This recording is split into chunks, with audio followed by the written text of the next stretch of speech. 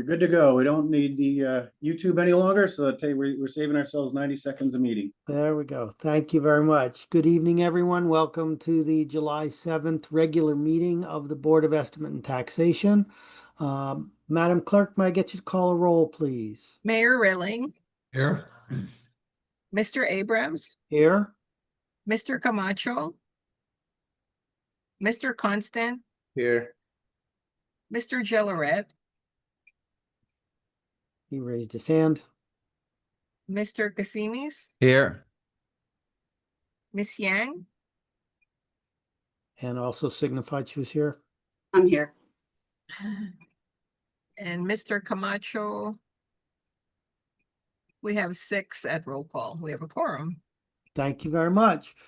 Before we get into our agenda this evening, Mr. Mayor, any opening remarks you would like to make this evening? No, thank you, Mr. Abrams. I think we're ready to go. All right, very good. Our first item on the agenda is the acceptance of the meetings from our June 2nd meeting. Can I get someone to please move that for discussion and approval? Move. Thank you, Artie. Any changes, amendments, additions to the minutes from the June 2nd meeting as presented in our package? Seeing none, all in favor of approving the minutes as presented signify by saying aye. Aye. Opposed, abstentions, the minutes are approved. Next, I do not believe, Tom, that we have any special appropriations in tonight's agenda so that we can move right to the transfer items. Is that correct? Yes, and I know I'm a broken record on this, but I always say special operating budget appropriations, which would go in that section. Recall that special capital appropriations go in the other business, and we have a couple of those tonight. Yep. Okay, so thank you for the clarification. Then beginning on page 23 of our packet is tonight's transfers. May I get somebody to move this for discussion and approval? Thank you, Artie. And as is our standard practice, let's go through all of the transfers and we will approve in bulk if that's okay. So Tom, you want to lead us through this? Yeah, sure. We got 3 different areas tonight. Let's see. Yeah, and starting it off will be police department. Continuing on with the last month or 2 that they've had cleaning up their balance sheet. Mickey Dosimo is on the line. All yours, Mickey. Thank you, everyone, for going through this exercise with me every year. This is obviously the end of our transfers for last fiscal year, and these are a little bit different. We clean up our balance sheet so there's no red on the sheet. We also place everything into one account for any last minute or emergency invoices that come in for events that occurred last fiscal year. Realistically, void of any emergencies or any rollovers, a good portion of this money will actually go back to the general fund. So it's more of an in-case action to make sure there's no red on the balance sheet and in case there's some late invoices coming in. That's the long and short of it. Okay. Any questions for Mickey on any of his proposed transfers? Yes, is the total amount of what you're looking to transfer that you have in excess the 64,000 plus the 78? I wouldn't say all of it's excess, but I would say a good portion of it is. And these are if you look at, we have so many line items. What we did is we took any excess that we know from line items that we know are not going to be used. For example, you'll see some training line items in there. We know we're not sending anyone else for training for last fiscal year because it's over. And if we had to send anyone for training, I'd have to charge it from my new budget. So yes, I'm not going to guess the exact amount, but I would say most of this is excess. There could be a straggling invoice out there from a repair or something that will come in from an event that occurred in this previous fiscal year. If void of that and an emergency, this money will go back to the general fund. Okay, so in total, it's roughly the 2 combined $145,000, correct? That's exactly correct. Okay, thank you. Any other questions for Mickey? Thank you very much, Mickey. Tom, should we move on to? Thank you, everyone. Move on to the fire department. Yep, we've got our first request for contingency for fiscal 26. And I know we'll talk about the contingency tracker later in the meeting, but this year we have just under 1.3 million budgeted, which is sort of back to the normal level X labor union negotiations. So rather a rather unique situation with the fire department and one of their vehicles. And I see that we have Mark Conti on the line, who can give you a brief explanation and field any questions. Go ahead, Mark. I think I'm gonna take this one, Oh, Tom. I'm sorry, Yeah, Chief. I I think didn't, he's gonna take that one. Yeah, I didn't the see you, next Chief. one. Sorry. so I'm wondering why my camera's not working. No, we see you now, Chief. Okay. Thank you, Mr. Chairman, members of the committee. So we have our frontline command vehicle, which is a 2016 F-250 pickup. It has a cap on the back. They carry various command tools, whatever, blah, blah, blah. A few weeks ago, there was a knock in the motor, getting progressively worse. They sent it to the dealer, and it turns out that the repair is for a complete overhaul of that motor. And we feel that it's a 2016. It's got less than 80,000 miles. The body's in great shape. And we feel that it's worth it to put the money into it to repair it as opposed to get rid of it just because of that. Right now, they're using a 2009 reserve car. The cost of a new vehicle would be over $100,000. So we feel that this 32,000 plus is justifiable for the repair. We did get one quote because I needed to hurry up and put this in on the agenda.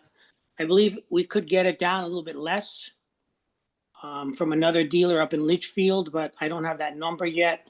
So I have to go with this 32,000 that you see in front of you for the repair. And it's equivalent of about $8,000 in labor and about another 12 or more for the parts that are needed for this thing. Thank you, Chief. Questions for Chief Gatto on this transfer? Ed, that's a quick question. How many miles? I know you said it was a 2016. How many miles did the car have on it? It's around 80. I don't know the exact- 80,000 miles. yeah. Okay. Yeah. And you normally run them up to what? Well, we keep them for another, that car will last another 5 to 8 years, easy. With Right the now, new we have a engine? 2009 that's in service. So, With but the that's a new engine? reserve. Okay. Good. And Chief, forgive me, I did not get to read all the way through the package, so it's my bad, but is there any type of warranty on the engine rebuild?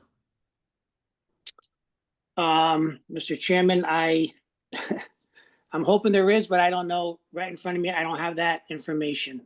Okay, Typically dealers warranty their work. I just don't know if it's 30 days, 90 days or what. So I Okay. don't have it right now. Sorry. No, that's quite all right. Any additional questions for Chief Gatto?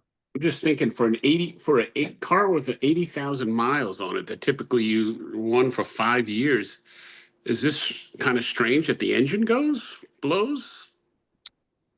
Well, you also have to realize it's not we don't drive these cars like a typical homeowner would drive a car or a truck. It's like fast out the door, a short distance, come back to the firehouse, wait for the next call, repeat, you know what I mean, day in and day out. It's not highway miles, because highway miles, of course, you can get a lot more miles. So are you saying 80,000 you feel is a normal time for the use of the vehicle? 80,000 miles is the normal time for an engine to blow, that you're seeing that experience in your fleet? Well, No, I haven't replaced a motor in a car. This is my first one, so normally they last until we're ready to buy another vehicle. Chief, if I can just interject, I think, well, why don't you clarify? Is this a 2019 or a 2009? No, it's a 2016. Oh, Yeah, 16, but I'm he sorry. said 2016. Yeah. Right now, they're driving a 2009. Oh, right, okay, gotcha. So this All right, car, so the answer is, Chief, that this is an unusual situation. It sounds like Yeah. it's first time you've seen it. So this is an unusual situation. Okay. yes, Unfortunately, unfortunately, warranties typically don't.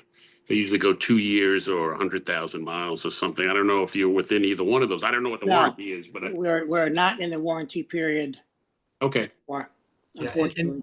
Chief, and just one other thing, just so for the board to understand what we're seeing though, is as their newer emission standards with the diesel engines come, we are having more problems with our diesel engines because of that.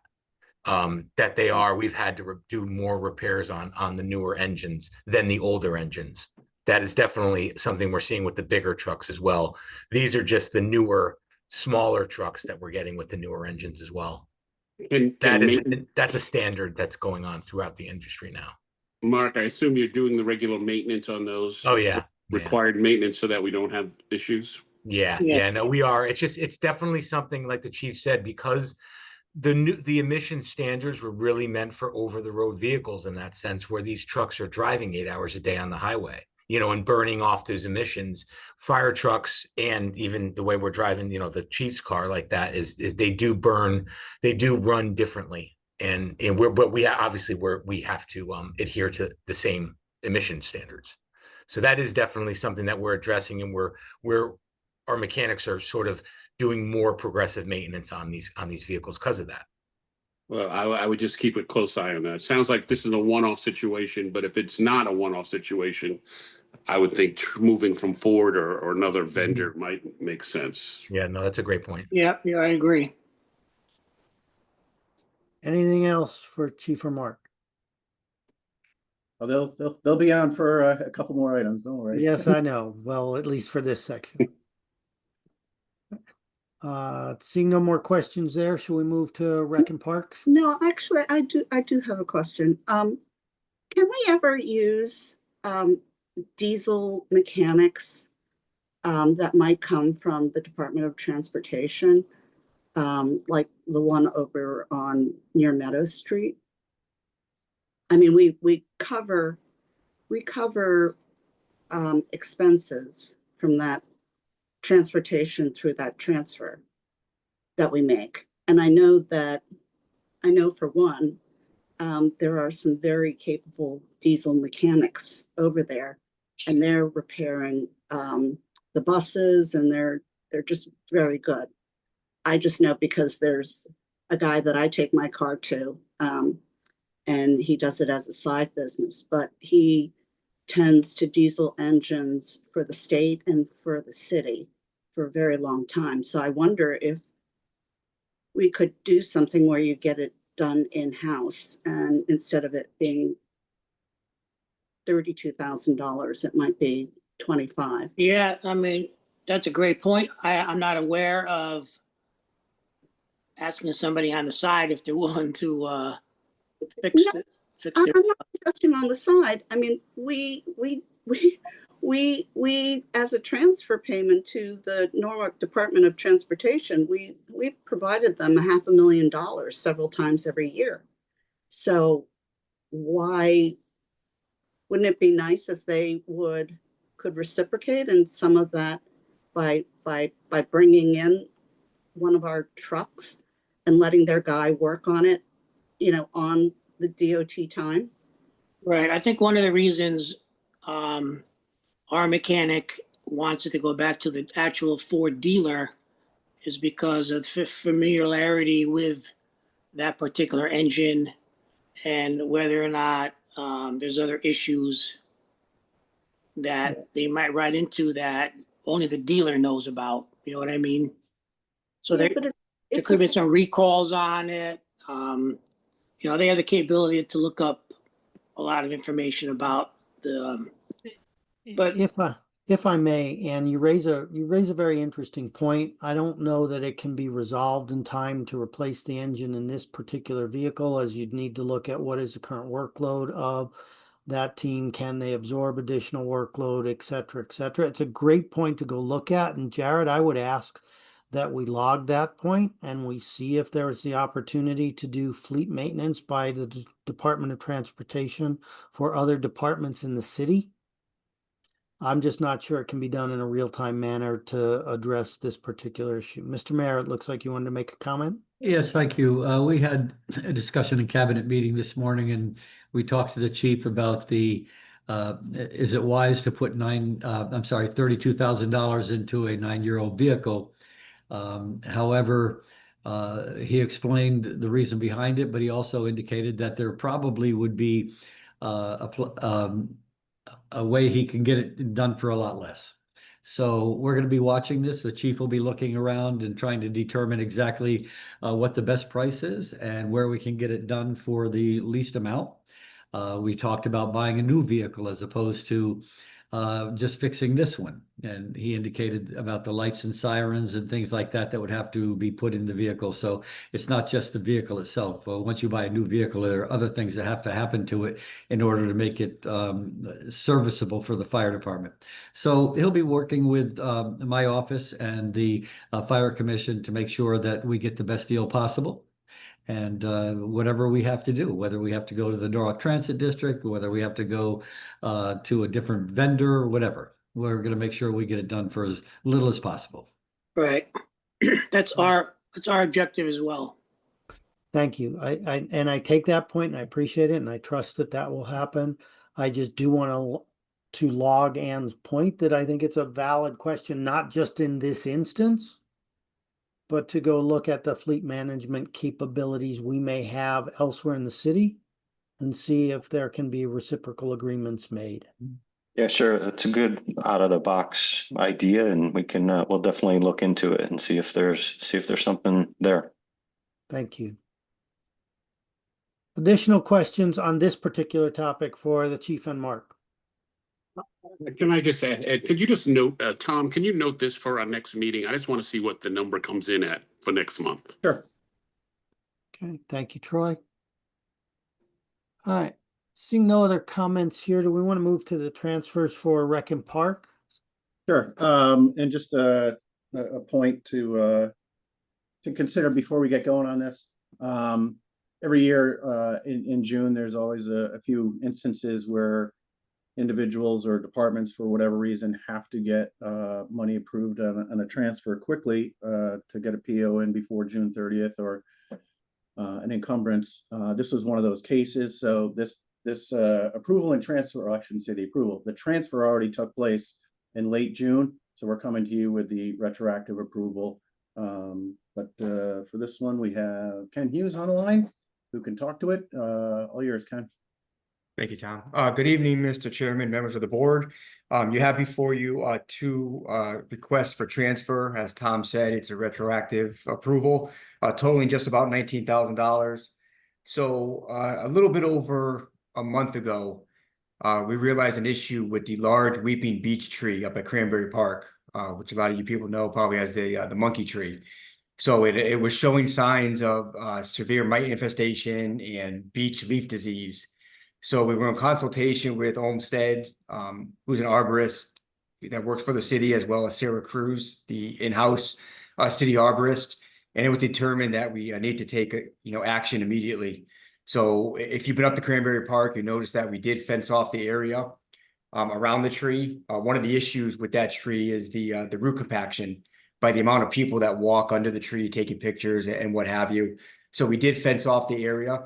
And we're in the process of treating the tree. We're doing a deep root fertilization. We're doing some mulching to the tree, and we're doing a few fungicide and pesticide sprays also on the tree. We're hopeful that this will alleviate the issues, but we do need to give it some time. So this is something that we had to take immediate action on. We didn't want it to get any worse, which is why I went to Tom, with this request. And then the second request, had to deal with our beach. Getting ready for the 4th of July, holiday, we need to replace a few of the barbecue grills down there. We needed additional supplies and cleaning supplies for the beach to handle the crowds, that we've been having lately. So that's why these two requests are retroactive. Any questions for Ken on these requests? Yeah, I would say this 8,900 to do the work that you've discussed. I don't know, it seems high. I have big trees on my property, not as big as that, but I do deep root feeding, I do spraying, I do it on my own. And I would think if you're spraying fungicide, I don't know, it just seems like 8,900 is a lot. If you were going to tell me that they were also going to do a lot of trimming and other things like that, I don't know. So this covers 8 treatments throughout the course of the next year. The canopy on the tree is over 80 feet tall. We don't have any type of equipment that'll reach that high. And there's over 300 square feet of root zone that needs to be pruned. So it's a pretty large area. It's not a single tree. There's 5 or 6 trees within this grouping. So, we've done work with Olmsted in the past. They are the city approved arborist for tree planting, any type of tree work that we need. So these prices were all set prior, we just basically picked off a menu on what we needed. So these were bid on, I think, 3 years ago with Olmsted. Okay. Any other questions? They think that they could save it? They think so. The biggest concern is the beech leaf disease. Up till this prior month, there really was no treatment for the beech leaf disease, but there is an experimental treatment out there that they have good hopes for. So they think if we can keep people off it for about a year or so, that we'll be okay moving forward. So I'm hopeful because I don't want to lose this tree on my watch. Yeah, good luck. It's a beautiful, I know. It's iconic. It's iconic. When people think of Cranberry Park, they think of the monkey tree. Yes. beautiful tree. Good luck. Thank you. All right. Any additional comments? Seeing none, all in favor of the transfers as presented to us this evening, signify by saying aye. Opposed, abstentions, all of the transfers are approved. Thank you very much. Thank you for your time. Thank Thanks, you. Ken. All right, next on our agenda is a number of special capital appropriations. Given that these are capital appropriations, I'm going to suggest that we take them one by one for discussion and approval. Tom, is that acceptable to you? Yeah, but I've got one item to bring up. We made a slight error here. Nested within the fire discussion and supporting documentation is a request from the fire department on a staffing issue. So it's not really, it's not a special capital appropriation. I don't know if we can do it in this part of the agenda or we should do it in another part of the agenda. Maybe we could wait until other business, or if we just want to knock it out right now, I guess we could. I would suggest we knock out the staffing issue right now so that we can stay close on special appropriations. So can you point out where in our extensive packet I should be looking for staffing? Yeah, it is. On page 35. Yeah. Thank you, Mr. Mayor. Yeah. And actually we're within other business section C right now, so we're slightly out of order, but not. I do want to point out, if you would, that the Fire Commission has approved this request and forwarding it to the BET to get final approval. Okay, very good.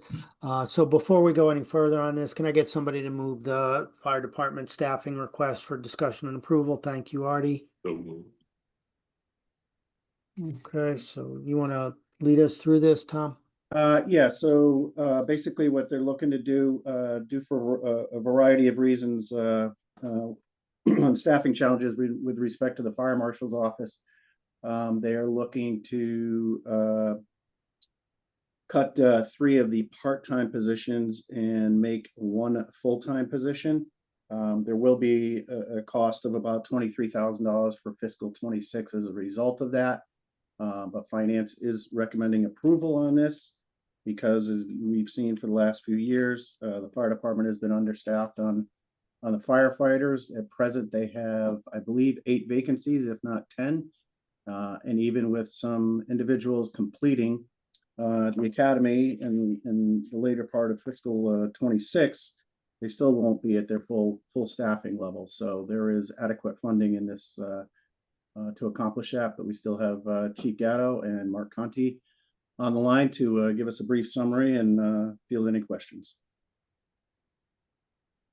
Chief, Mark? Yes, thank you, Tom. So just a real quick history. I know you want to move along here.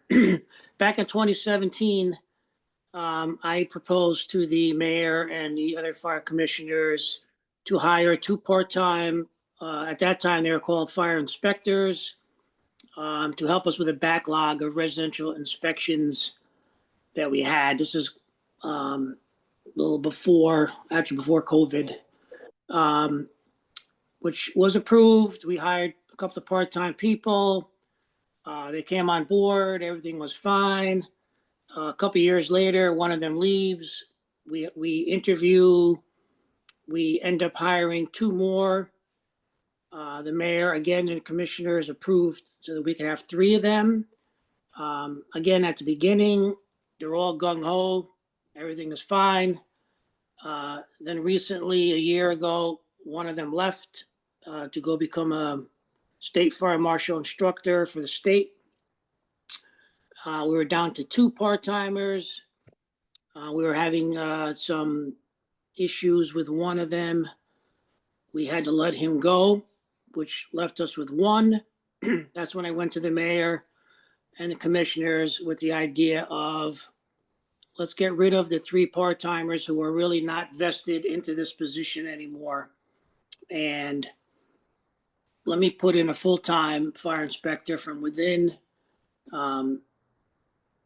because you'll get a lot more out of 1 person, believe it or not. And of course, I don't have to explain the growth of the city and the number of inspections. So the mayor and the commissioners have approved it, and we're here tonight to ask your blessing on it. Question, is the full-time person potentially going to be the 1 part-time person that you have? No. And the salary of $120,000, that doesn't include benefits, pension or medical benefits. Is that correct? Yes, ma'am. That's only the salary, right? I don't know what the other costs are. I think it's about 40%. Yeah, that's the number we use, Ann. And I think it is a very good idea because we have had some serious fires. We do have issues of illegal occupancy. Like I think in this last fire, there were several families in a 2-family house. So We just found another one July 4th. An illegal apartment over a garage that caught on fire. This is a separate question, and this comes up when the city provides housing for those that are displaced by fire. If they're in an illegal department, are we still obligated to provide them with hotel and meals and things like that? That's a good question. Normally the landlord is responsible to house the tenants if they're displaced. But also the health department has a fund that will be able to put people up short-term, very short-term. Yeah, I believe we have to put them up for 30 to 60 days. That's the law. So that's why we have that fund. Even if they're in an illegal apartment or illegal building of sorts? I believe, yes, I believe we're still on the hook for that. yeah, I recall how the conversations we've had with Dina on that in the past, and yes, because the view is it's not necessarily the tenant's fault, it's Right. the landlord's fault, so you don't want to penalize the tenant. Okay. So to that, I mean, we've gone through this and it's not cheap. I mean, it's tens of thousands of dollars this adds up. can the city go back and recoup those funds from the landlord by putting a lien on their property, suing them for those funds to reimburse the city? We always look at every possibility, try to find if we can recover it civilly, because it does become a civil matter. And it involves the courts and sometimes takes a little bit longer than we would like. But we do everything we can to recoup the money in order to make the city whole and try to put it back into that budget. So let's say out of 5 times that we have to put people up, how many times do we recoup that money? I'd have to check. I'd have to check with the health department and the legal department. And sometimes the Red Cross will step in and give them housing for like a day or two. And a lot of times people, that's all they need, just that little bit of time, and they make other arrangements. Again, it's an important conversation, but one, Ann, I would suggest that we have with Dina at a different time, as I think it's really out of scope for the chief to Yeah. answer and this specific request. So any additional questions germane to the request? Seeing none, all in favor of the request as presented, signify by saying aye. Aye. Opposed? Abstentions? Chief, this is approved. Thank you very much. Thank you. All right, and All then right, so now, Tom, yeah. we want to jump back into special appropriations. Yes, so the final piece for the fire department this evening, Station 1, the floor replacement. This is, I think it's come before us on at least one, if not more occasions already, but we are on the brink of starting the process, and Chief Gatto and Mark can continue on with an explanation on this one. All right, before you go anywhere, Chief, can I get this special appropriation moved? Thank you, Artie. Please proceed, Chief. Okay, I just want to commend Chief Conti. He's on vacation up in Montauk. Probably in his bikini right now, and but he's able to talk off camera. So go ahead, Mark. Thank you. Thanks, Chief. Actually, Mark, can I interrupt you for a second? Madam Clerk, can I get this resolution read into the record? We forgot to do that.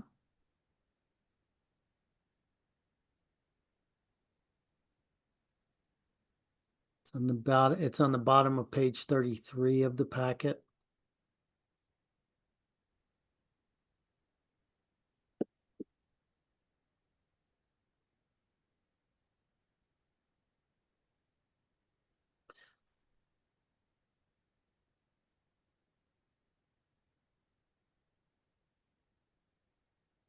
What page is that, Ed? I have it on the bottom of page 33. I believe I'm in the correct place. Is that 33? that's the Also- one we're oh, looking sorry. at, Tom, correct? 33. I'm looking at the printout where the numbers are partially chopped, but I think you're right. It's correct. It's Yeah, yeah. bottom. It's a paragraph. Okay. Resolution to transfer unexpended funds to fund replacement floor at Norwalk Fire Station number 1. Be it resolved that a special appropriation of $660,064.80 is hereby transferred from the combined dispatch capital project for the communications upgrade account noted to the city's fire department for the floor replacement project at Station 1 located at 90 New Canaan Avenue. Project specifics are detailed and described in Exhibit A attached here too. A new account number will be created upon final approval of this transfer. Thank you, Madam Clerk. Now, Chief, please.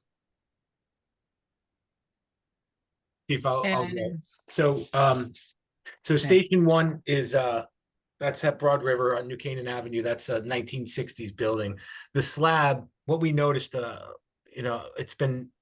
there's movement in the slab. That's a station, if you're not familiar, it's 3 bays and it's a drive-through station. So they drive in and out, and it had been noticed over the years that there was movement in the slab when they were entering and exiting the building with the trucks.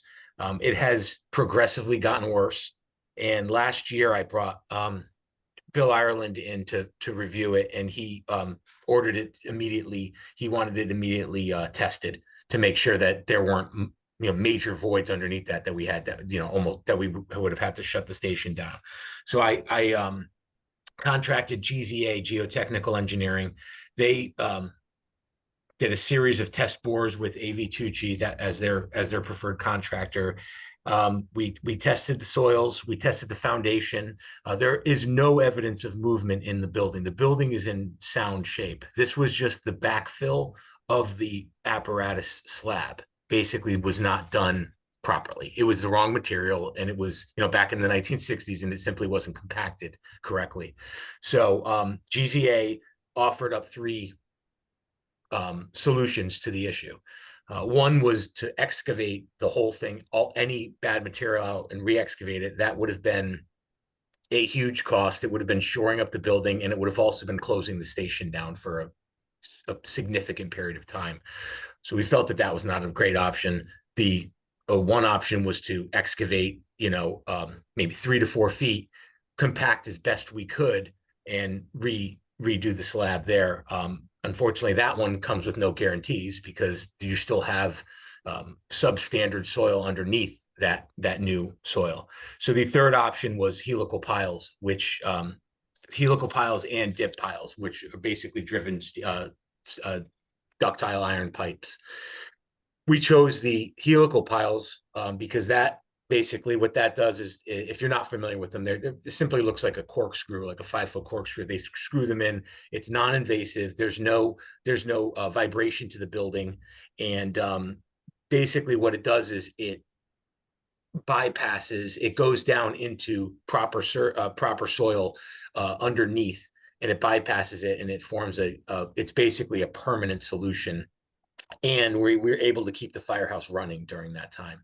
What we're going to do is, it's a 2-phase project. We're going to move 1 truck out, but we're going to still have that station staffed for a period of time. And then we're going to be able to, we will redo that whole slab, and it'll be on, that slab will sit on 48 piles. And that is a permanent solution that is guaranteed.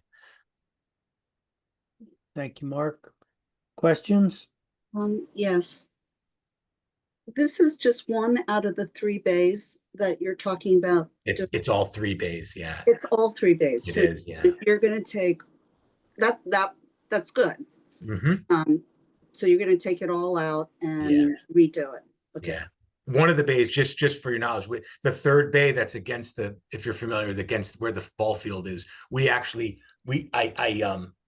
we stopped using that bay because that was where the movement was the worst, and we were concerned, and GZA was also concerned with any movement because that's that's basically it's a pier and grade beam type of building, and they didn't want any movement on that because it was moving pretty good. So yes, this is a full replacement, and it is a permanent replacement with guarantees on this. When you say guarantees, what does that mean? So what they're saying is they are going to, with the piles, these piles are certified. They would be like building a new building where you're driving piles, and they're certified by the engineers on site. So these are as opposed to when they're, like I said, the other one where they were just compacting it and saying, like, they said they would not guarantee that, where you could have movement in 5 years, you could have movement in 10 years. This is like when you build a building and you have engineers, basically certifying each pile. These are certified by engineers now.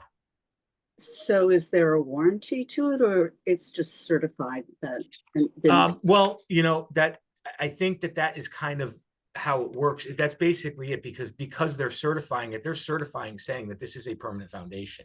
If this foundation were to fail, we do have that backup now, because we have these, certified by a licensed engineer, and that's what they do now. This would be the same as us building a new building. And the building sank. Okay. Understood. Mm-hmm. And that was my concern, was if you were just doing one of the bays. Yeah. Okay. This is very in the weeds, because I did read this whole proposal, and I come from a family of civil engineers, So, and I've done some of this type of work at my own house. There were a couple of options, and I would suggest you take the option where you regrind the material that you take and put it back in to be compacted and use flowable fill, which is an excellent product. Yeah, the engineer has well, you saw, I'm sure you saw that if you read it, you Yeah. saw the design. They have it all, and that's why they also use their AV Tucci is their contracts, because they work with them. This is a standard, yeah. Yeah, they were in the proposal, it was like Yeah. one or the other, and so I looked and kind of latched onto the reuse the fill and use flowable fill. Yeah. Yeah, and as any fill that can be, obviously there may be fill that can't be reused because Yeah. of what we find, because we only have test bores, so we don't have the whole thing Right. excavated. But once, yeah, anything they can use, you're absolutely right. They will obviously reuse. Thank you. Question from me, probably more for Jared and Tom. The $660,000 from the combined dispatch capital project, is that project now complete? And did we fully underrun the budget by that much that we can repurpose it? Are we going to run into problems anywhere else? This There's has come still up, a balance there. sorry, Jared, you want this one or? Yeah, I can take it. Okay. Yeah. Yeah, there's still a balance there from that project that we're going to, as we go out to issue bonds, we know that we have that available and we can use that to as use those proceeds, reallocate them toward other projects. And so we're planning to do that as we evaluate whatever's coming up in the next over the next year. So we have those funds available to us, and there's about, we think in the end, there may be a couple of smaller straggling projects. There will be somewhere between $4 and $4.5 million remaining in the project. Okay. I'm sorry, Jared, overall for the city or just for the fire department? It's city money. It's Okay. yeah, it would be reallocated to something else, whether it's whether it's a fire project or something else. It's. But it's that $4.5 million is coming from a variety of different departments. No. Oh. Well, I should say it's coming from that project. That project may have been used for different purposes, including police department, fire department, because it was an emergency communications center project. So it spans multiple different departments. Okay. And so separately, Jared, at some point, if you could get back to the board just with a written explanation as to how we managed to underrun expense on a project by like $4.5 million, I think it would be helpful to understand. Not now, I don't want to get into that conversation at the moment, but I would like a little bit of history on that for the board's education. Because that's a significant amount of money we're sitting on. It's not a bad thing, but it clearly shows that estimates associated with that project were a little bit off. So if we could can I follow up just- with that in writing. Can I just make a brief comment on that? This has come up before, funds from this project, specifically with one of the new fire trucks, fire truck repairs, as well as a few other small items. And the gist of the explanation from Chief Walsh, because this is a combined 911 dispatch project, which falls under his jurisdiction, was that the estimate was probably done at least 8+ years ago, and the technology has changed rapidly, and the individuals that were involved in the investment and overseeing the implementation of the project have primarily retired at this point. And we have chased this in the past and have not gotten very far into in terms of the details and explanations, but we will give it a go. Thank you, Tom. All right, back to the appropriation. Any questions on this particular request? Therefore, all in favor of approving the special appropriation signify by saying aye. Aye. Opposed, abstentions. The appropriation is approved. Thank you very much, Mark. Thank you very much, Chief. Thank you, Mr. Chairman. The next special appropriation I see in our package, Tom, is on page 82. Is that correct? Related to the Narragansett School HVAC? That's correct, yes. All Yes, right, can I get somebody to move that appropriation for review and discussion and approval, please? Thank you, Artie. Madam Clerk, may I ask you to please read the action requested at the bottom of page 82 into the record, please?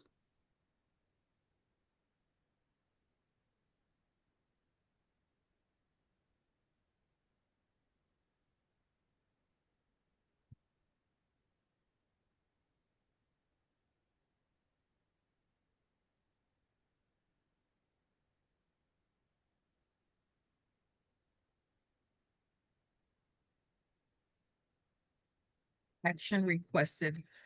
Letter A, recommend the allocation of additional 320,000 in special capital appropriation funds for the Narragansett School HVAC improvement project, account noted. Letter B, recommend a budget reduction in the amount of 320,000, the city share, from the Brookside School HVAC improvement project, account number noted. Thank you very much, I Madam think that's Clerk. it. Tom, who's going to speak on this one this evening? Alan Lowe, I'm in the process of promoting him from a guest to a panelist. He should be with us momentarily. Alan, you're up. There's Alan's background.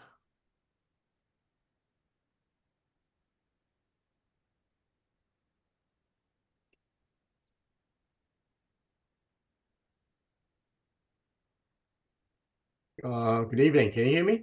Yes, you can now, Alan. Thank Oh, you. wow. I got through. Good. Good evening, everybody. The request in front of you tonight, is regarding one of our 6 school HVAC heating, ventilation, air conditioning projects. As most of you know, last couple of years, we've been in conversation about funding these 6 projects that we submit to the state. Typically, the state do not reimburse the city for replacement of existing equipment and that type of construction. So let's say you have a existing rooftop units and they got 30 years old and you want to replace it, it's not reimbursable by the state. However, the state had came up this grant funding process twice so far to support the community and then eligible for reimbursement. And this current city reimbursement rate is 60%. So it's a very positive financial position that we're in. So last year, we actually submitted actually more than last year, a year and a half ago. The deadline was December of 2023, I think it was. Anyway, we submitted 6 projects to the state, and the state approved all 6 projects. Total construction costs around $36 million. So with the state reimbursement, the city would put in about $14 million at 40%, and the state was going to be $22 million, something around that number. One of the interesting is that these are all 6 separate projects, so they are not grouped together as a one project with 6 components. It's really 6 separate approvals. So when we allocate money, the city share to these projects, they're actually separate accounts. So so we went through whole design phases and go out to bid and all. It's a very, very interesting bidding environment in recent years, especially when you get into heating mechanical contractors. There's a lot of projects out there. The amount of mechanical contractor bid on these projects are very limited. For most of these projects, we only got 1 bid. So the bids number came in very, very high for some projects. And so what we had to do, we spent a lot of time working with the contractor, the 1 bidder, and work in the scope revisions and work it through with them to find a medium, a balance in how we can implement these projects. The original approval was supposed to be, these projects need to be completed this year, December this year. We had asked the state for an extension of time to be completing in December 2026 already. So the schedule the state put together is not really realistic. But at the same time, so we are moving very expeditiously to get these projects implemented. With this project, there are remediation involved, environmental remediation involved. So we are doing that this summer, and then it will take us 2 summers to implement these projects. And also, when we buy new mechanical equipment, delivering time is roughly around 16 weeks right now. So it's about 4 months of delivery. So the way these projects working out is that we will do a certain project, we can finish it this fall. So we're going to be, some of them we have to work on weekends or second shift work. Other project we'll do partially this summer and do some work during the fall. And then we wait for the equipment delivery in the spring of next year. And then we finish the project next summer. So at this point, of all the 5 projects, Brookside School is one project that we expedited. The reason being that project a little simpler, is replacing rooftop units. And we also did not hire construction managers. We become the general contractor. So generally speaking, we probably save around 25% of the cost, but we have to manage the project ourselves. So it's not managed by a general contractor or construction manager. That project, I think, is around $3.2 million. It's right now it's about these are rough number, $2.5 million, including contingency. So we have about $800,000 left on that project. Meanwhile, the other project has significant shortfall, but we have worked it through. We are able to continue to implement 4 of the other 5 projects. So altogether, among 6 projects, we are in construction. We started some projects already this summer. On the 5 projects, which include Brookside, Brian McMahon, Rowayton, Nailmick, and Silvermine. The project that we're still having a lot of challenges on, it's actually a Marvin School. So we have to rebid that project in the fall, and we have to rescope the project, meaning that we got to look at the requirements, the improvement that we're looking to do. We got to redo that, and then we got to go out to bid this fall and get this bid back, and then we can see financially where we are with Marvin School. And potentially we may have to come back for a special appropriation for that project.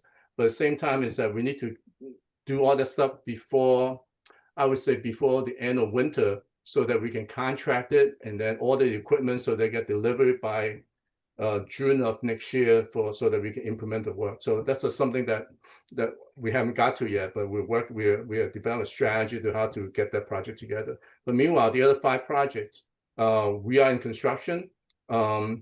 And Nailmick School is the one that we're short around $320,000 for contingency funding. So we're able to sign the contract, but I want to make sure that we have money in case we run into environmental issues and other things that comes up. Since Brookside have excess funding, I'm requesting a special appropriation to move that money, which is only our 40% into the Nailmick School projects. That's basically it, because we can't simply just use that money because there's totally separate approval and separate accounts. Thank you, Alan. Questions for Alan?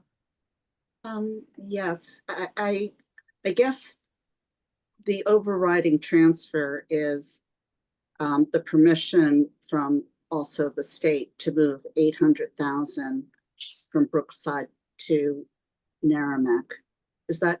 Is that correct? And if you get that going, then everything gets moved. So it all comes together, because if you were 800 less, conceivably the state could just say, we take our 480 back.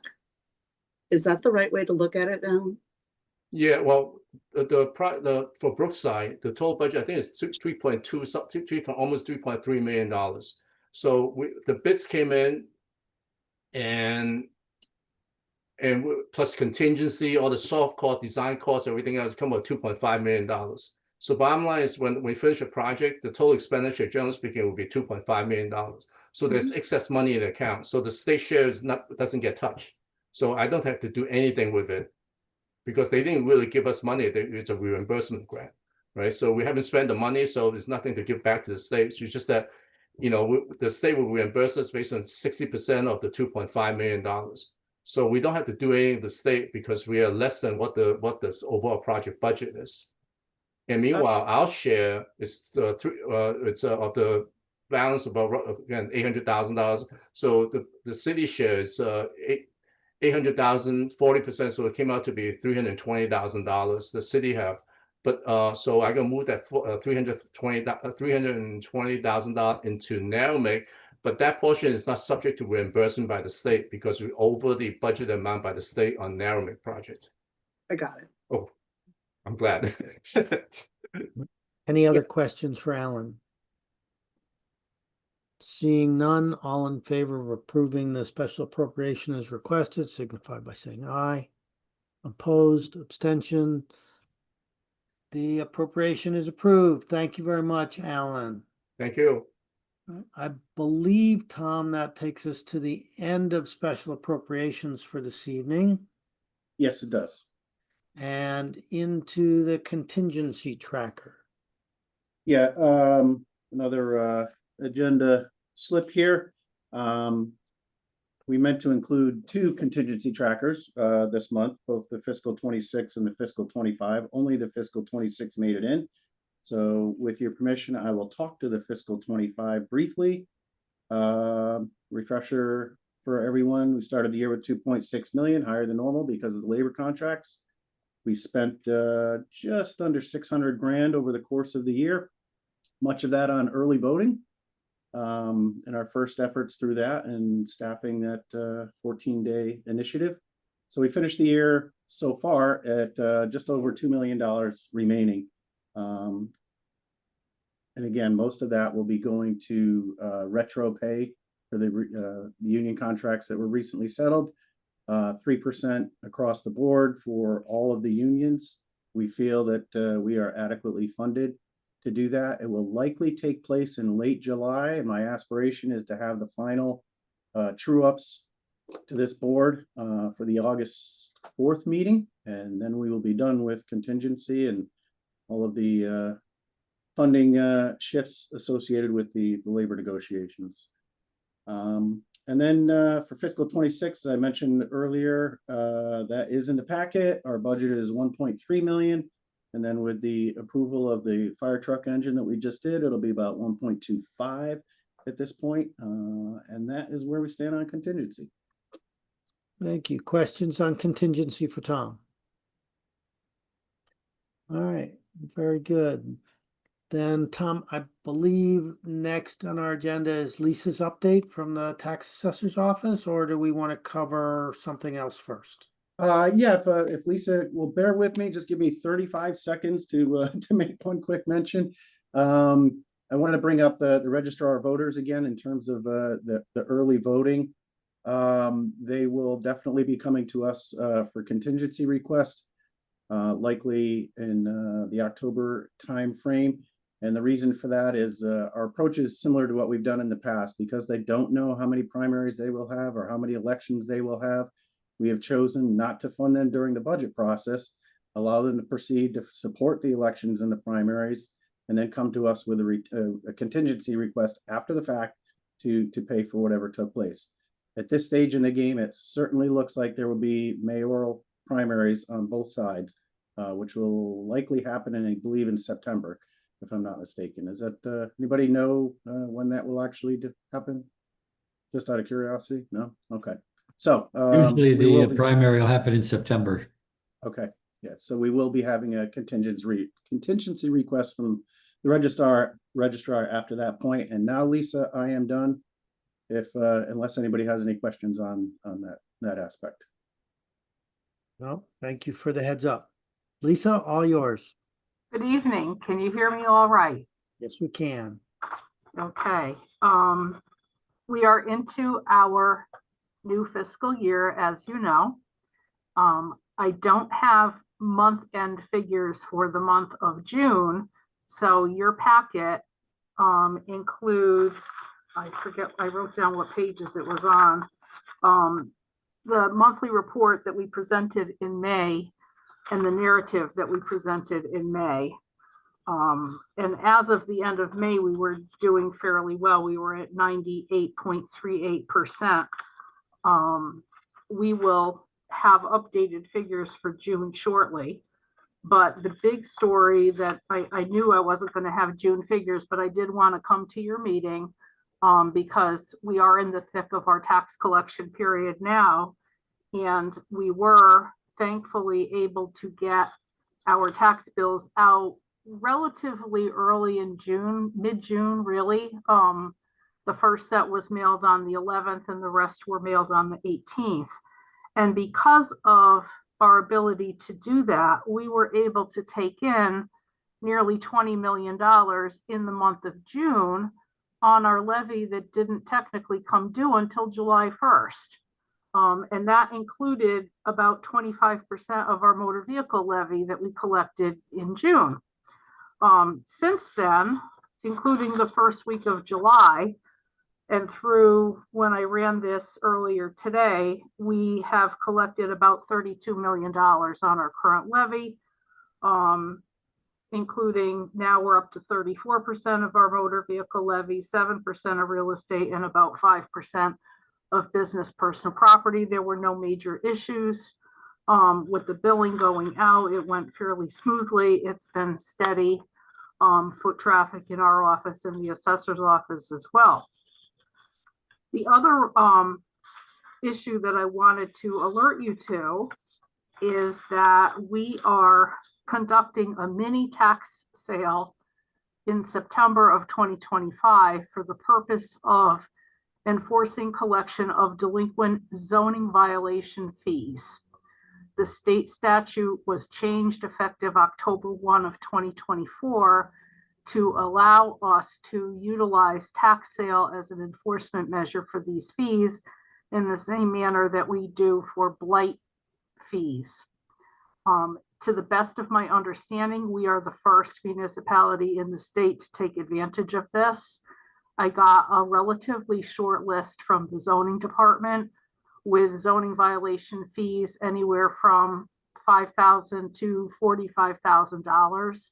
So we hope to bring in, I believe it's between $200,000 and $250,000 on those properties between now and September.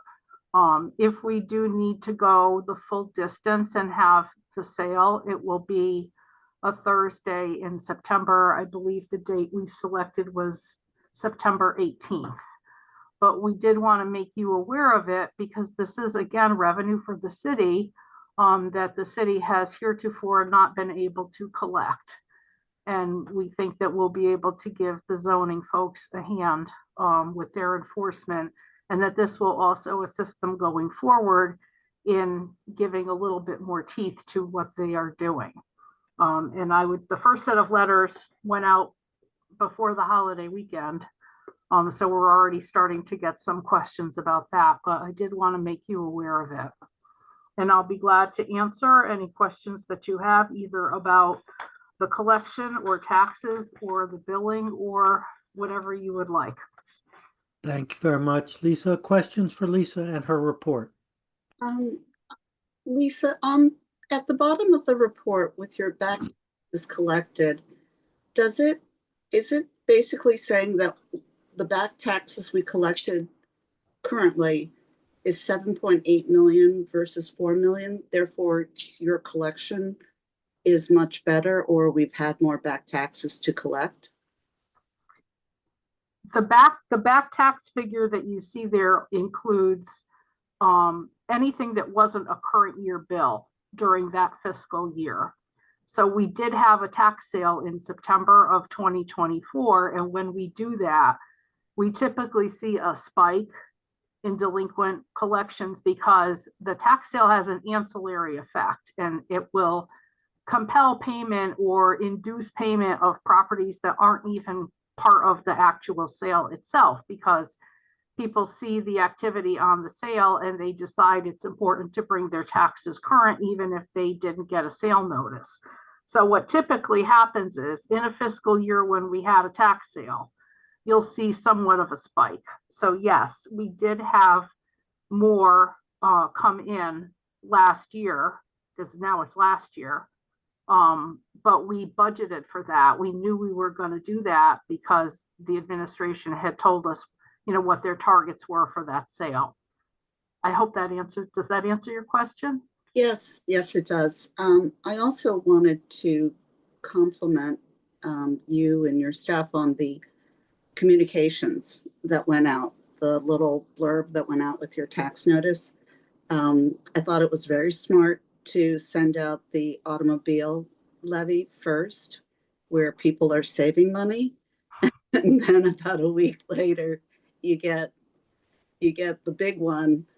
And you're preparing them for further bad news to come in the next 2 years. So the communications were very good and very clear. So thank you for that. Thank you. We had a lot of help with that. We had a lot of input on that. That was actually the idea of the Finance and Claims Committee. They had wanted us to do something regarding the motor vehicle changes, which are very significant. And it did get a lot of mention even on social media. I was following when people in other towns were questioning what had happened with their motor vehicle bill, and the Norwalk people were chiming in and saying, we got an insert with our bill that explained it, and that made me happy. So yeah, but we did have a lot of help with that. So thank you. I'm glad it went over well. Yeah, good news first. Good news for, and that's just the way it happened. It wasn't really intentional, but it was okay. It worked out fine. Okay. Any other questions for Lisa? All right. Lisa, thank you very much. Next on our agenda, Jared, I believe you wanted to give an update on the FY25 budget and where we stand. And you've got some charts that we're going to go through, so I will turn it to you. All right, thank you, Ed. Yeah, I figured this was a good time to give everybody a look at what happened in FY25, at least as we know where it stands today.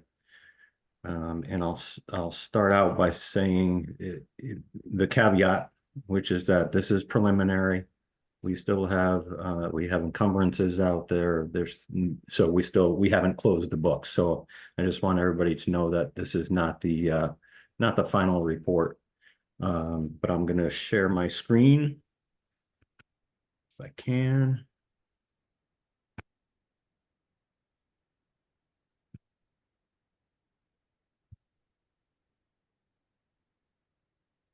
Everybody, you got that? Everybody see that?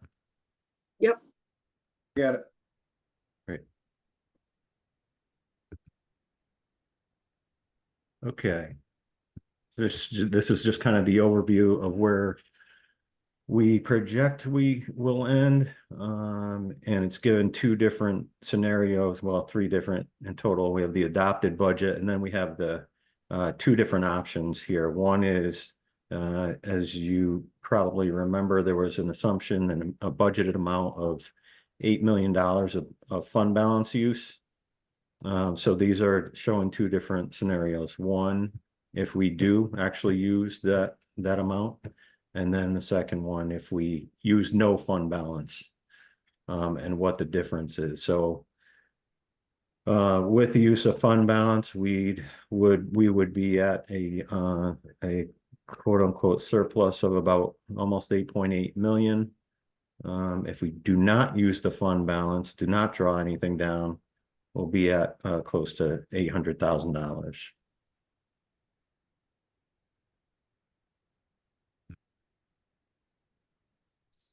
So I'm sorry, is the question that are we going to use the fund balance or not? I'm sorry.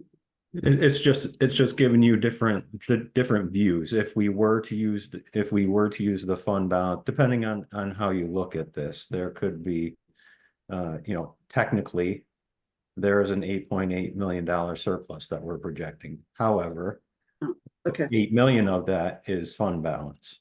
got it. Yeah. So- And Jared, is that the balance, the surplus because of the money we got from the state, or is that not included in this? So The last minute money that. Troy, give me you're getting ahead, and all great questions, and I'm gonna lay out what's what the factors are here, both on the revenue side and spending side, and to give you a look at that and what's causing these things to happen. All right. Great.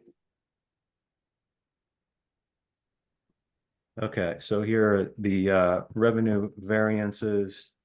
Tax collection rate, as Lisa mentioned, is pretty much on target to hit the 98.6 million.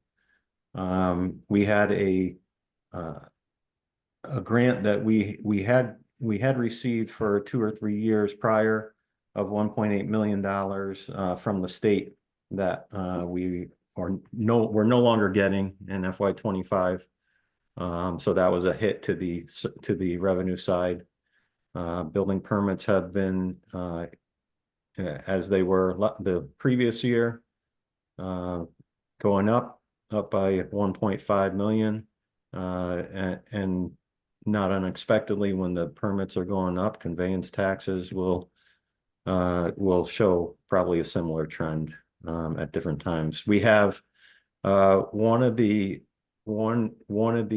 items that recently popped up that we have been watching and have been concerned about over the past probably 6 months or so. But as the timing got closer, we realized that a development deal where we were getting revenue from that was not going to close before the end of the fiscal year, and we had budgeted that revenue in FY25. That was it's a fairly big swing of $3.3 million. So we're getting it. We're just not getting it in FY25, and it will probably get it sometime very early on in FY26. But in terms of reflecting it overall, we will likely have to book that as revenue in FY26, because that's when the transaction actually takes place. What is the transaction? It was a Spinnaker development. It was part of the development deal. I believe it's the development on Chestnut Street. And I don't know all the details of the development. There were a lot of different aspects of it, but okay. Troy, on the revenue side, did that answer your questions? Do you have any other questions on the revenue side? No, just continue. I was a little more, you're gonna get to the state stuff, I guess, in a second, I guess, right? Or oh, I thought you were gonna talk about the 10 million that we got last from Bob Duff. Well, I'm gonna deal with that in a little bit. Okay, fine. Just go ahead. Go ahead. And then on the spend, so this is the spending slide here.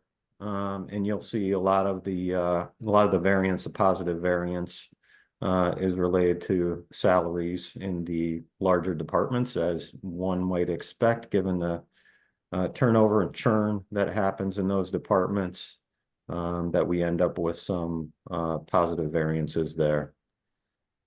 We had the employee benefits.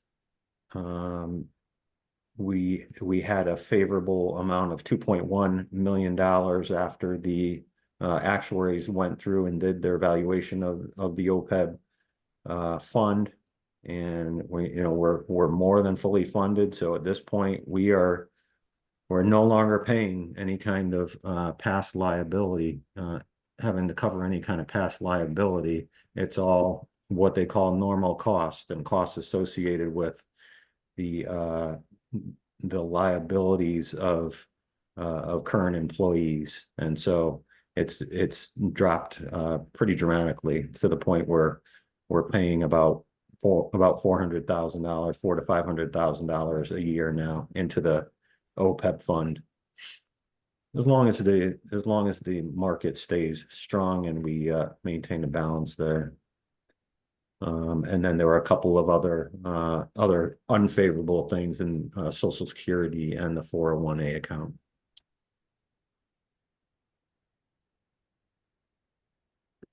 Why such a big swing on the Social Security? One would think that's reasonably predictable. Tom, do you want to? Yeah, Do you wanna well, talk about the just details? over the last couple of years, and we've been over budget. I think last year was about $250,000 that we transferred from another line item where we had funding. So we had plenty of other areas that had excess funding to cover it, but we have been steadily increasing the budget. The headcount, the full-time headcount for the city has been relatively stable up or down, maybe 5 to 10 heads each step of the way, but it's been progressively growing over the last few years. So I would say we're still digging into it. There has to be some sort of contribution change that we're not accounting for, but we should be in better shape next year because we do have our budget. I want to say close to $2 million at this point. So we're getting better. But I don't have a solid reason why that's happening at this point. These are it's a perfectly reasonable question and causes us to to pause and go back and do the analysis too and figure out what was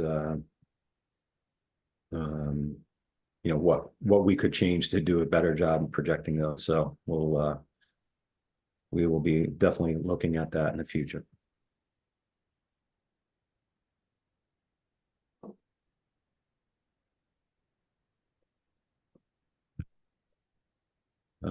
Collective bargaining agreement.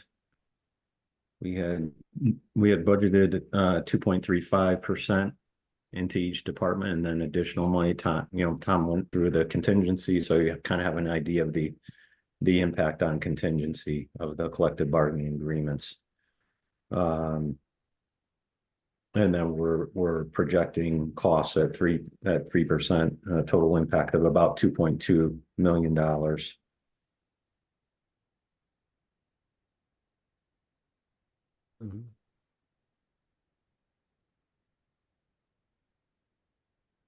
All right, so this will address some of you, I think some of your question, Troy.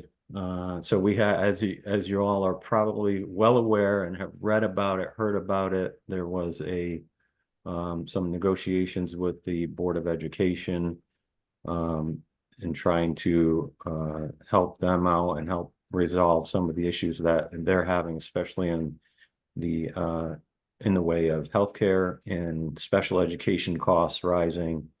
And so these are kind of the tenets of the final agreement. The one in particular that I really wanted to call out here, because I think it was important that as we were offering and working with the Board of Education to provide them with additional funding, to me that seemed like an opportunity to say, all right, what else can we get out of this? Not just that we're providing them with additional funds, but that maybe there's something else there that we could get out of the deal as well.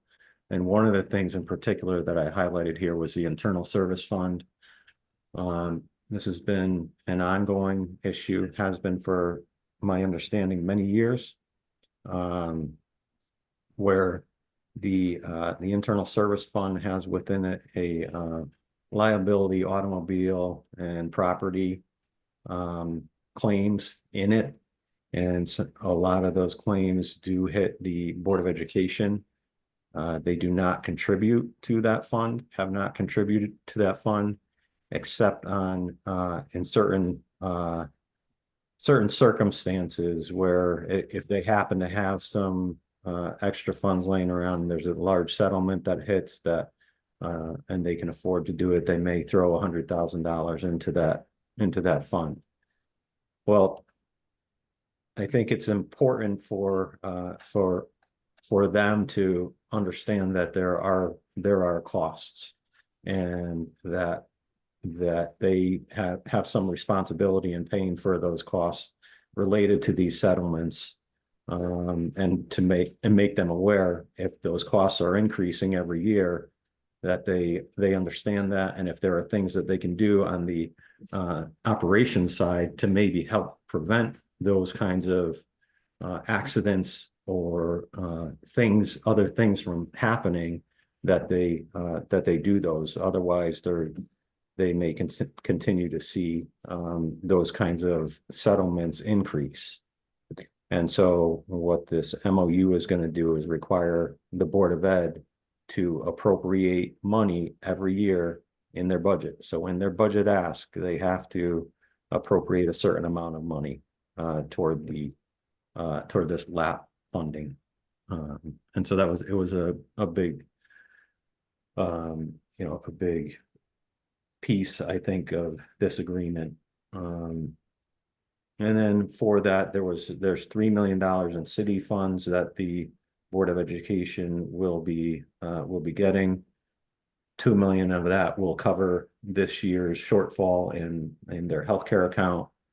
And then another $1 million will be used next year, will be carried forward into next year to fund all the different positions and restructuring that you've read about, especially related to special education teachers, and especially related to restoring strings, band, and orchestra positions. That was another key to this agreement, was making sure that those positions were funded and restored, because those were the positions that everybody in the Board of Education and the public generally heard about. So that was another piece to it, another string on getting the funding. And then the other 3 million will be of the Troy, of the 10 million that we'll be getting now this year in FY26 from the state. And so we'll be coming to you probably in the August meeting. We wanted to let the 25 fiscal year play out, and also to be able to determine how funds were going to be transferred from which accounts, where we had funding left over. And so by your August meeting, we should be able to have these things as actual voting items to say what accounts that money is coming from and how it's being transferred into the Board of Ed's healthcare account. Jared, can I jump in just for 1 second? I think shortly before you got on, there was some discussion about the impact of the MBR on this, and I had expressed that the intent was to do the transfers from an accounting perspective such that it would not affect the MBR. Can you just touch on that a little bit? So the MBR, I think there may be a little misunderstanding. I don't know if that's the right word, but it will probably, it might affect the MBR, but not the cap that's set by the council. Yeah, and the MBR only becomes an issue when you have very limited growth, right, in the Board of Education budget. So basically, and it's all tied to ECS funding that comes through the state. And so what the state doesn't want you to do is supplant money, and it's basically a no supplant. The MBR is basically a no supplant clause, so that if the state ends up giving us an additional $1 million more than what we got in the previous year, we can't just absorb that and cut the city's contribution by $1 million and say, all right, the state's picking up that extra $1 million because we got that. No, we have to increase the budget by at least $1 million. Given what I understand about those increases in ECS, and given what I know about the typical increases in the education budget, there would have to be something very dramatic to happen that would cause there to be an MBR issue. Yeah, That makes sense.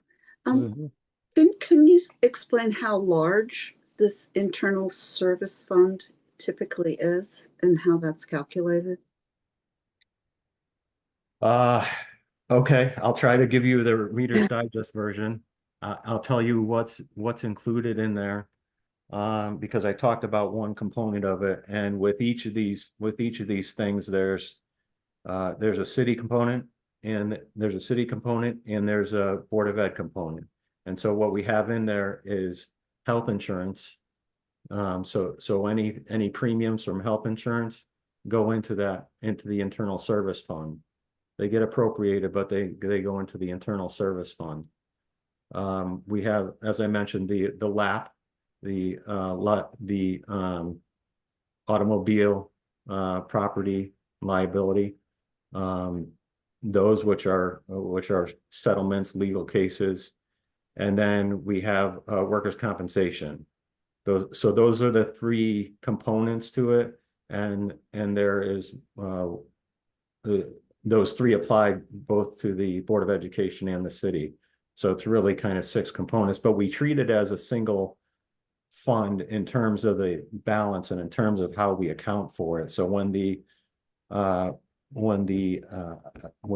do our annual audit, they look at it as a single dollar amount and a net dollar amount of what remains in that fund.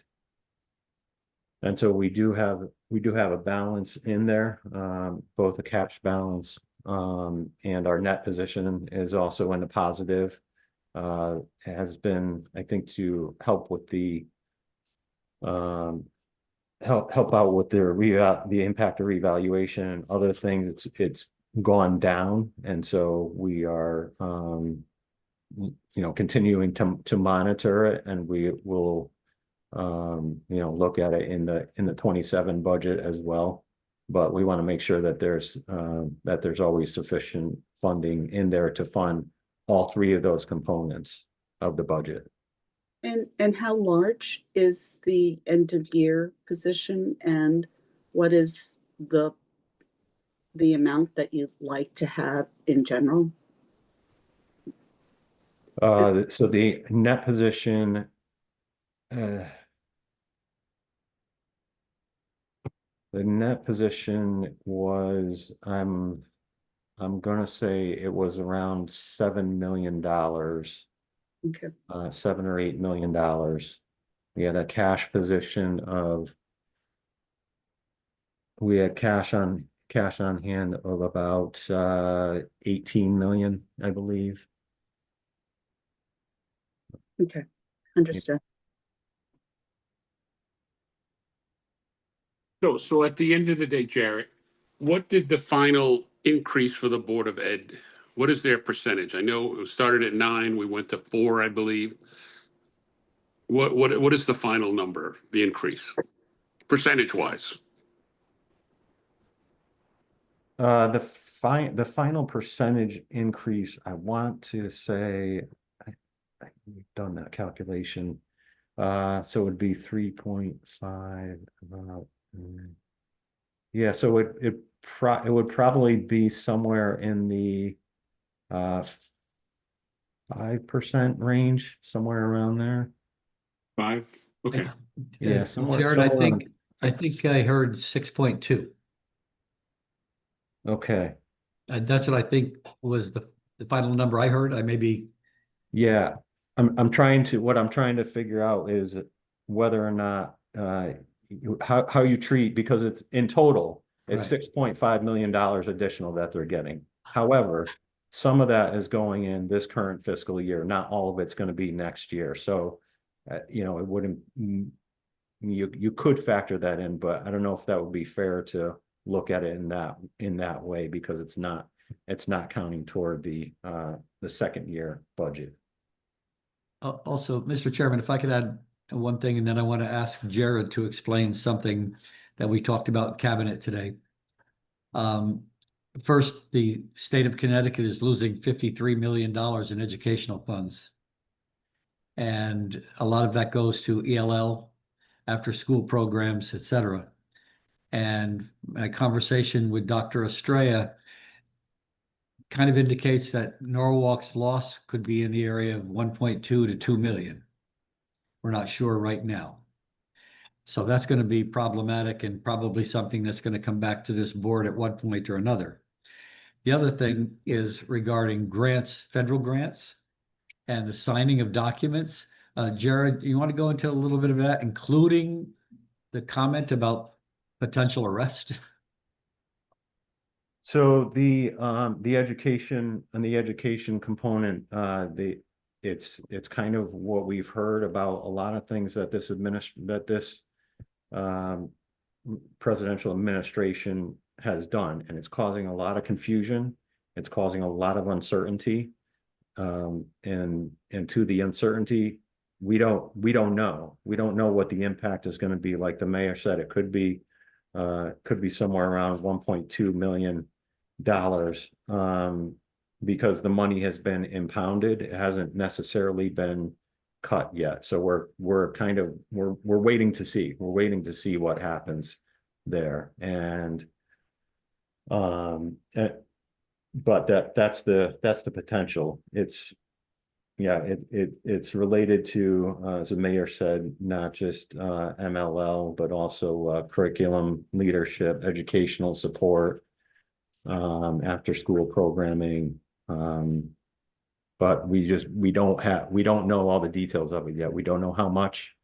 It could be that it just gets impounded temporarily and that we get it all back. We may lose it all. We may lose 1.2 million of what's been identified by the Board of Education. So we're waiting to see about that. Any news relative to funding from the Department of Agriculture regarding SNAP and free lunch? Nothing, no, nothing substantial, nothing that we can comment on now. Or nothing that we can really prepare for right now. Okay, but it's conceivable that, because that's a fairly large number in our grants of, because I remember looking, it's like $79 million that we get from federal and state, and it could be $3, $4, $5 million for the SNAP programs. Yeah, we don't know what the potential is, and I know that Jared during the meeting this morning was talking about, any municipality or any governing body needs to be in complete compliance with federal law before they sign an application for a grant. Right. And I believe Jared said some of the penalties could result in the arrest of the person that signed it. Which Right. he also recommended, and I thought that was a great idea, that we're going to do an internal audit to find out where we stand, so we know if we're not in compliance with a specific federal law. We also don't want to compromise our values either. So there may be grants that we won't apply for, but we have to figure that out and know exactly what we can do and what we can't do, because it's very uncertain times right now. Yep. Right. I mean, Yeah, I don't have too much to add to that, Mayor. I think you said it. There are definitely could potentially be criminal consequences if if we were to submit an application, say, and claim that we're doing something that we're not. And so it's not just a matter of it's not going to be just a matter of wordsmithing something to sound good and make it sound like we're doing what's required. We're gonna actually have to perform and make sure that we're following the rules that are set forth in the executive orders in order to be able to qualify or even apply.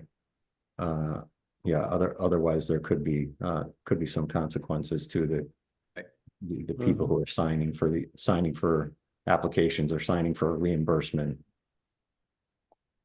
So I guess the message that I was trying to convey, and I think it's important to just look at it and say, well, right now we're in uncharted waters, uncertain times, and we just have to take it one step at a time and make sure that we're in compliance and make sure that everything we do is not going to jeopardize some of our federal funds or other funds that we may be wanting to get.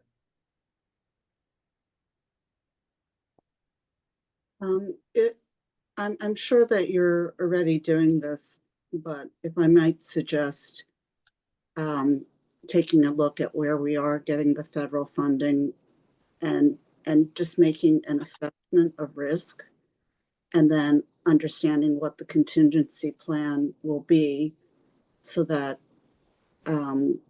we're prepared you know, when we understand that we have 1.2 million here, 1 million here. I'm sure you're already doing it, but you know, rather than coming back and looking for additional funds, is figuring out how any of those shortfalls get filled internally. Jared and Tom have been very diligent in looking at this, and they'll be working with our legal team and doing that internal audit that they suggested to make sure that we know exactly where we stand, because we don't want any surprises, and we want to make sure that we're ready for anything that happens. Great, thank you. Jared, just one question, going back to the original slide you had about the fund balance. Sounds like we do have an overage of 8 million. So sounds like you're not going to be using the fund balance that we had anticipated. Is that correct, or is that an option? Or? Yeah, so let me add one caveat to that, which is that the 3 million in funds for the Board of Education would come out of there. And so that's not factored into there. So if you think about it in those terms, we may end up drawing down some of that 8 million, but it's going to be less than what we less than 8 million. It's going to be less than what we anticipate, and will likely be somewhere in like maybe the $5 million range. Okay, good. That's better. Yeah. Yeah, it is. It's definitely, it's a lot better. Just to echo what Ann said and what the mayor says, if anyone hasn't realized an effect of what this administration is trying to do or will be doing it with the bill they just signed over the weekend, we're going to really start to see the rubber's going to hit the road now. So it's not going to be, probably, like you said, uncharted, very unfortunate, but very uncharted. Yep. And we're gonna do our best to figure out how it's all gonna play out, but there's gonna be some like I said, some confusion and some uncertainty that we're gonna have to work our way through. Here's just a general comment relative to the tax bill. I would suspect that this increase in SALT from 10,000 to 40,000 doesn't necessarily provide a lot of relief to the average Norwalk resident.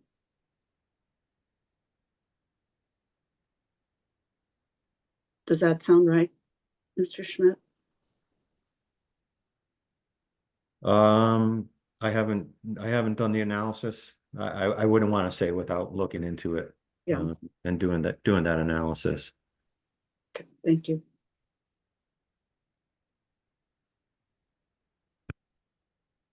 All right, and then we're what now? 7 days into the new fiscal year, so we don't know a lot. But we are there are a few things that we are seeing. The school resource officers overtime, again, potentially an issue. We'll be working with the police department on their budget, and we're hoping that they can absorb that within their current salary budget. So we're hoping that that's not going to be an issue, and trying to manage that. We just talked about Social Security. And then there was a municipal aid grant reduction and the tiered pilot program, separate from one that I mentioned in the beginning. That was a $710,000 reduction from what we had budgeted.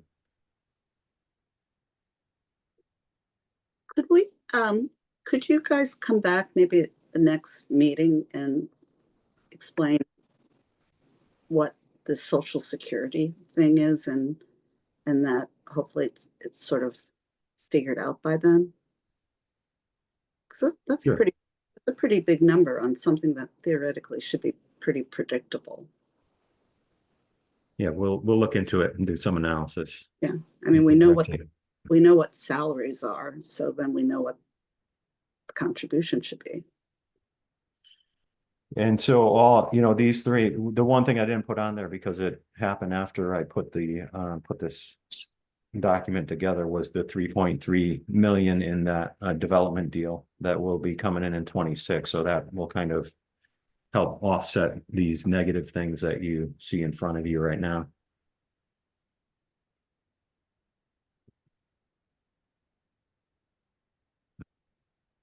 So the 10 million, this money is it's 10 million a year for 26 and 27. Eligible for road maintenance, plowing, road salt, things, pretty much anything related to roads. And can also be used for other capital projects. And so we're starting to have internal discussions beyond the Board of Education and what this funding could potentially be used for. And in 26, the grant's going to cover about 3 million in DPW within the DPW road budget, which is effectively what frees up by covering that 3 million in the DPW road budget, frees up the 3 million that will go toward the Board of Education. That's just kind of technically, mechanically how that transaction is going to work and how this grant is going to make its way into the Board of Education. I will say going forward, at least my goal is to limit the use of that money that would be used and to minimize how much of it's being used for operating as much as possible. This is it's not something that we can count on, whether if it's there 3 years from now, great, but it's not something that I would ever count on continuing to be there. And it's more likely a one-time or I guess technically a two-time thing. And so I don't want to count on that money being there, and therefore it's more appropriate that we use it for the most part on capital projects. Mm-hmm. I applaud that that theory or that proposal, because clearly the grant is looking at infrastructure. So if we stick by that, I think that would be terrific. And that's the end. Any other questions? Any other questions for Jared at this point? So if the 3.3 in development revenue is coming out of 25 and shifting into 26, does that mean we're ahead or behind what we thought we would be for 25? And does that require us using any of the fund balance? So let me go back here. Yeah. These numbers that you see now, Mhm. assume that the $3.3 million is not coming in 25, it's coming in 26. Okay. So these figures do not include the $3.3 million in it. So it kind of take these numbers at face value, at least for what we know right now, again, with the caveat that they're preliminary. Mm-hmm. And for last year, did we budgeted the use of 8 million of fund balance, or was it 8 million? Yes. It was 8 million. Yeah, Yes. so and every year of the 4-year reval is an assumed 8 million drawdown.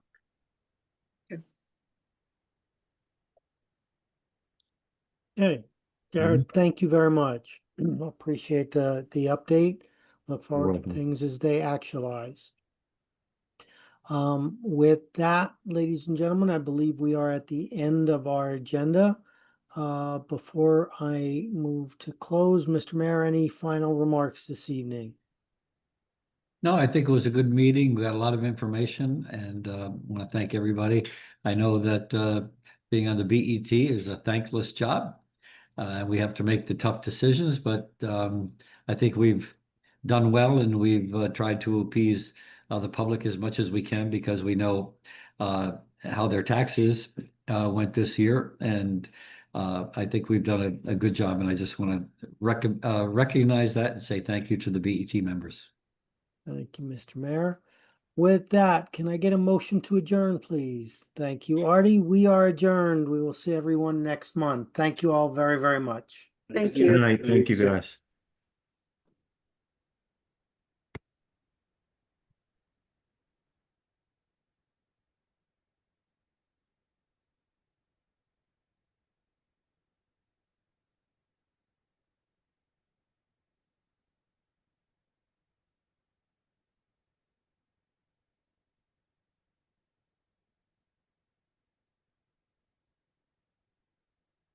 You may sign off. I'm waiting for the YouTube recording to come up and then I'll patch it over.